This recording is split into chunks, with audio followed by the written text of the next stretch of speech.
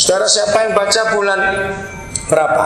Akhir Februari yang lalu, ada penelitian jenjang universitas seluruh Asia Pasifik yang paling top itu universitas mana? Ngeri, saudara. Indonesia ada di urutan 105 universitasnya. Diselidiki, mengapa Indonesia turun sekali? Karena dikatakan para dosen dan para sarjana mahasiswa di Indonesia tidak ditunjang pemerintah untuk mengadakan research. Tahu kata research? Meneliti atau menyelidiki. Pemerintah tidak punya dana untuk itu. Tapi kalau pilkada ada dananya. Maka itu pemerintah kita paling pintar ngabisin duit. Maka itu bangsa kita tetap goblok seperti itu. Karena nggak ada penelitian, nggak ada penyelidikan, nggak ada research, nggak berkembang. Nah, seperti itu gereja.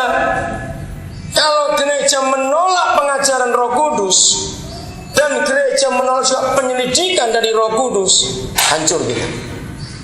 Jadi kalau Roh Kudus mengajar segala sesuatu, lalu kita gabung dengan menyelidiki segala sesuatu, hasilnya ini luar biasa. Ada hal-hal baru, inovasi, ada penciptaan hal-hal yang luar biasa yang orang tidak pernah tahu.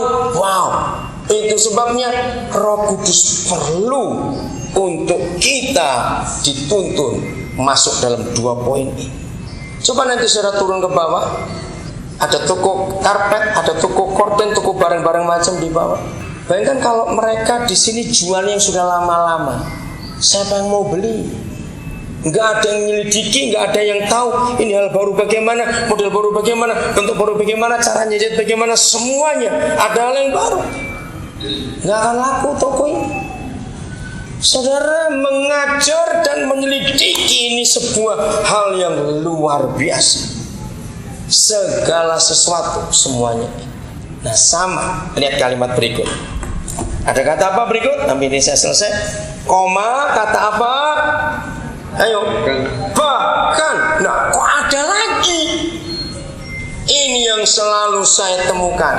Setiap kali Roh Kudus bekerja dan sudah berkata segala sesuatu, pasti ada bahkannya. Yohanes ditulis oleh Yohanes, Korintus ditulis oleh Paulus. Tapi dua saudara kita ini terima pewahyuan yang sama. Roh Kudus itu luar biasa. Jadi kita harus berkembang, harus bergerak maju, nggak boleh diam. Bahkan Roh itu menyelidiki apa lagi? Hal-hal yang bagaimana tersembunyi dalam diri Tuhan kita, dalam diri Papa. Sekarang begini, kalau saudara kenal Bupati Tulungagung atau Wali Kota Tulungagung, ini Kota Madya Wali Kota Tulungagung ya? Bukan, kabupaten. Oke, Bupati. Karena saudara mau punya proyek dan saya ingin dapat proyek dari Pak Bupati, maka proyek saudara, hubungan saudara dengan Pak Bupati akan sukses dan berhasil kalau ada orang dalam yang bisa tahu apa ide keinginan Pak Bupati yang sesungguhnya.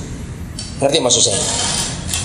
Kalau kita bisa nangkap idenya untuk mengembangkan kabupaten ini, kalau kita bisa tahu isi hati Pak Bupati, apa rencana ke depan dalam pembangunan ini, karena kita kontraktor misalnya, atau kita yang bagian pengadaan barang-barang itu, kalau kita bisa tahu orang dalam yang ngerti dan kenal apa-apa dijak berunding duluan oleh Pak Bupati, berhasil nggak proyek kita semua itu?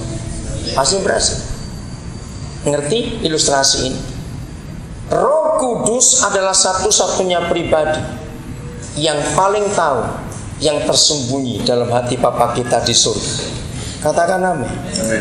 Jadi kalau kita bersekutu dengan Roh Kudus, kita mau diajari Roh Kudus tentang segala sesuatu, dan Roh Kudus kita biarkan menyelidiki segala sesuatu, bahkan yang tersembunyi dalam diri Bapa kita di surga.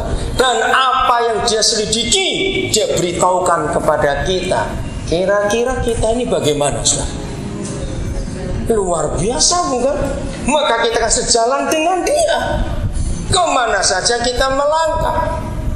Nah, kalau istilah tadi itu, Roh Kudus itulah orang dalam buat kita untuk kita bisa mengerti hati Bapa di surga. Roh Kudus, Engkau bekerja lebih jauh dalam hidup kami. Kami mau